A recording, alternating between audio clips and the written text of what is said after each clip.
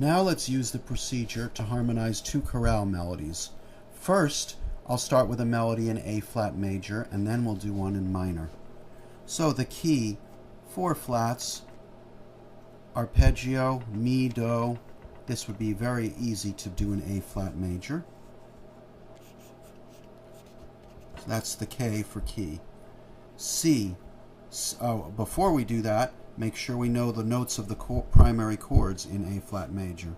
So the 1 chord is going to have an A flat, C, and E flat. The 5 and 5/7 is going to have A, B, C, D, E flat, G, B flat, and the 7th would be D flat. So now we've defined the key and the notes of its tonic and dominant triads. Now let's go to C, cadences. Well, actually, we have to sing the melody first. Okay, S. Mi, do, re, do, ti, do. In singing it, that a lot makes us aware of C, the cadence point. Ti, do. So, a 5-1 cadence. If we want to get contrary motion, if we put the A flat here and the E flat here, we could have a nice 5-1 cadence. The cadences are like the frame of the house. We can even start by writing the cadences first. Let's say we wanted to do closed position. If we wanted to do a 5/7 to 1, which is good at a PAC, we could do this. Notice the 7th chord, I've chosen to omit the 5th. Another possibility would be to just use a 5, where I'd put a B flat in the tenor. Let's be open to both possibilities. After all, the pencil does have an eraser.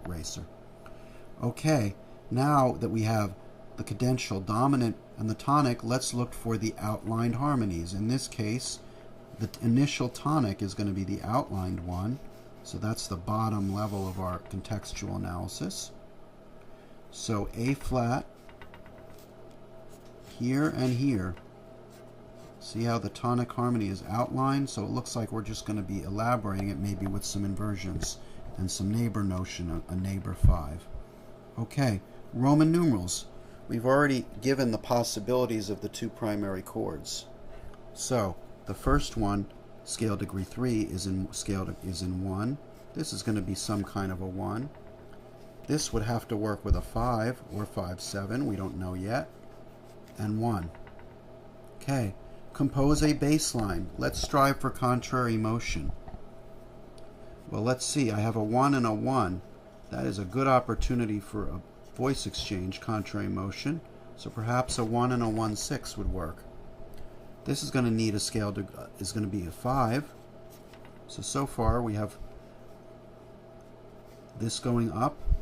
Okay, if we want contrary motion, we could try having we could have the bass go down here, but it might be interesting if we get some variety by going up to the octave there. So I'm going to try that and see how that works. Okay, so we have our key. We've sung the melody. We've identified the cadence. We've identified the outline tonic in the first bar, and we put in Roman numerals, and we've composed a bass line. Now let's go for the inner voices. When the soprano is below D5, start first with closed position. Reserved open position if you need it for high notes or leaps in the soprano. So if we go to closed position, we could do this for the first chord. That's well within recommended guidelines for voice ranges. Now we have a voice line exchange. We could lead all the top 3 voices in contrary motion to the bass. So we have an E flat and a C in the tenor. Now we need a 5 chord in here. So let's think for a minute. Strive for closed position. If we do that, we could have this. Uh-oh, do you see a problem here? C, E, and C, E, parallel octaves. What could someone do? Well, how about using a 5/7 here? Then we could get closed position on that chord and resolve the 7th in the tenor. Then that leads perfectly to a 5 1. Let's check for parallels. We have contrary motion here, similar motion to a perfect fifth, but since the soprano goes by step, that's allowed. Then contrary motion from the fifth to the octave, then the 10th, and then the octave.